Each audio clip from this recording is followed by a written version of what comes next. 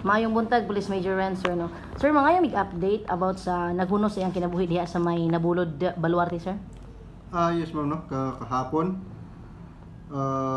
April, April 20, alas 8:20 sa umaga, ang atong barangay captain sa Baluarte na si Ramon Pagara nagtawag dito sa ato buhatan na daw nahitabo na suicide incident dito sa zone na Nabulod, Baluarte, Tagloan, Misamis Oriental. Now din ang ating investigator dali-dali na nagresponde, nila na dahil nakita ang patay na lawas na nakalatag o nakahinda na sa may lingkuranan. So, base sa investigation na nakistorya sa ating investigator na si ang iyahang mama, no? Mama atong biktima, no?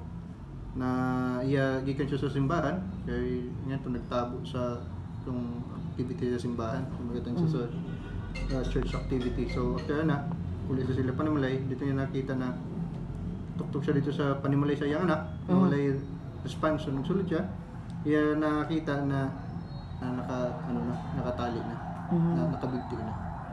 So nagtawag sila sa MDRR, kaban ng PNP nag-responde dito. So base sa ma'am ni susay hilumong ditong atong biktima. So dili daw ng istorya sa iyang mga problema sa iyang kapamilya. But 19 years old ni siya, sir?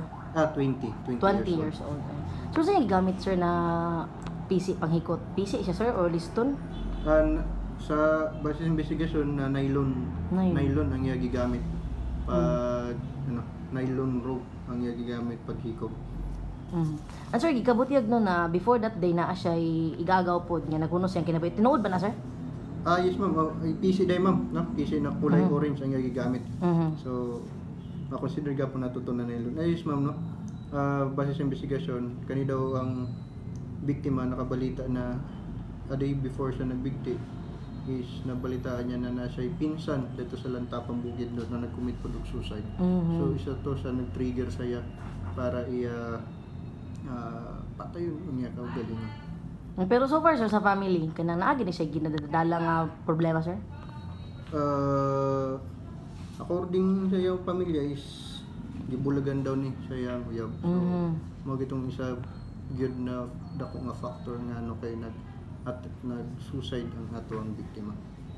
Ayun, so sir, message nimo to the people nung layuan gid na ang kanang mga paghunos sa kinabuhi kay ubay-ubay gyud ang mga kabatanunan karon nga gakutlo silang kinabuhi, sir.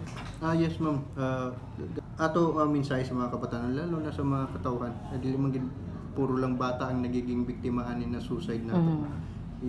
Kung na problema naman ang ilang pamilya na sila yung mga barkada, friends nila na pwede ka istorya, madala pa man sa istorya ilagid isabi kung unsa na problema ang ilagin na suffer karon.